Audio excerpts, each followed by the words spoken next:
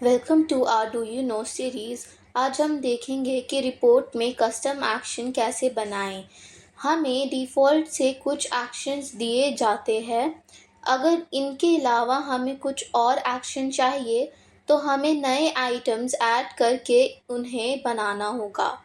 Single record के लिए add new item select करके एक कस्टम एक्शन बना रहे हैं।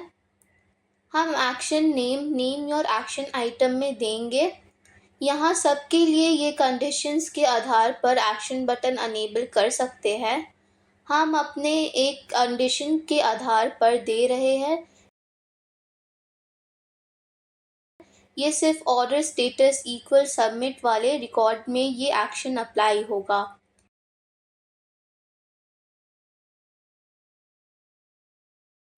एग्जीक्यूट द वर्कफ्लो में आफ्टर कंफर्मेशन या एट वंस सेलेक्ट कर सकते हैं।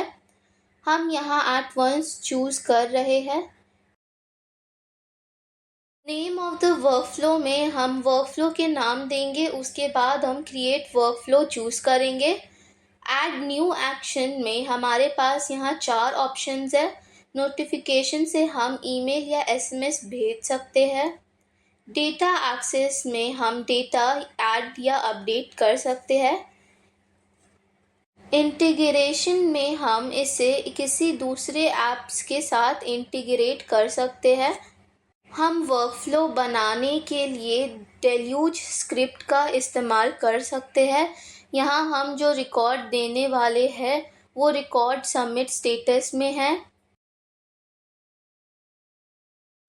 अब हम एक्शन पे क्लिक करते हैं तो स्टेटस बिल्ड में चेंज करने के लिए कोड लिखेंगे और फिर सेव करेंगे।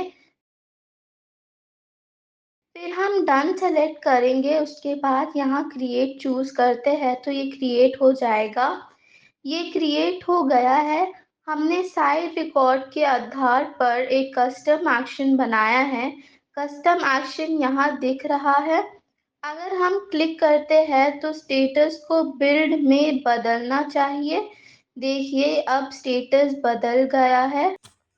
कस्टम एक्शन को रिपोर्ट में किन जगहों में रख सकते हैं इसके बारे में अब बताते हैं। क्विक व्यू में तो हम इसे एक कॉलम के रूप में प्लेस कर सकते हैं और सिंगल रिकॉर्ड के क्लिक में भी हम इसे प्लेस कर सकते हैं। सिंगल रिकॉर्ड के राइट क्लिक और डिटेल व्यू में भी प्लेस कर सकते हैं। इस वीडियो में हमने देखा कि कस्टम एक्शन क्या है और सिंगल रिकॉर्ड के लिए कस्टम एक्शन कैसे बनाते हैं। मल्टीपल रिकॉर्ड के लिए कस्टम एक्शन कैसे बनाते हैं ये हम अलग वीडियो में देखेंगे। लेटेस्ट अपडेट के लिए हमारे चैनल को सब्सक्राइब करें और बेल आइकन पर क्लिक करें। धन्यवाद।